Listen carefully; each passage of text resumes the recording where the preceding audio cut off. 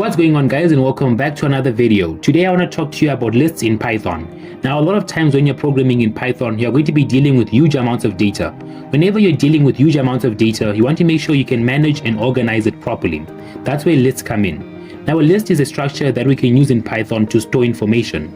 In other words, we can take a bunch of data and put them inside of a list. Then we can organize and keep track of it. So in this video, I'm going to show you the basics of using lists. We're going to go through some of the most common cases that you're going to use lists, and this is really just to get you started with lists and show you how they are useful. So without further ado, let's get started. The first thing we need to do when creating a list is that we need to give it a name, preferably the name of something that you'll be storing in that list. Now for this example, I'm going to create a list and I'm going to call it cars. I'm going to set this variable equal to open and close square brackets.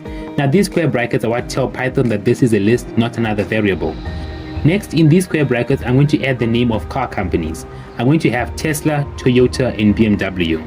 Now that we have our list, if we wanted to see what's inside of that list, we need to call this variable using the print statement. So we can say print, and in these parentheses, we can have our variable cars. Now when I run this file, you'll see that it prints out our list of cars down here. So cool, that works.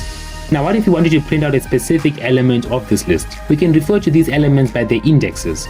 Each one of these elements in this list has a specific index, and the indexes start at 0. This means that Tesla is index 0, Toyota is index 1, and BMW is at index 2. So in order to access one of these specific elements in this list, we need to create an open and close square brackets inside of this print statement.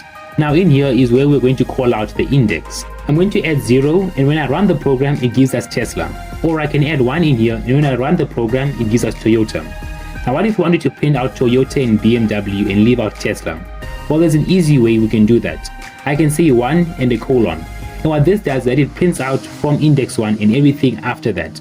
So when I run the program, it's going to print out Toyota and BMW, and if there was any more elements, they would have been printed out as well. And that's it for this one. If you enjoyed or found this video helpful in any way, shape or form, then consider leaving a like and subscribing. Turn on post notifications to be the first to know when I upload a new video. Also, if you have any constructive criticism or any questions or anything, comment them down below.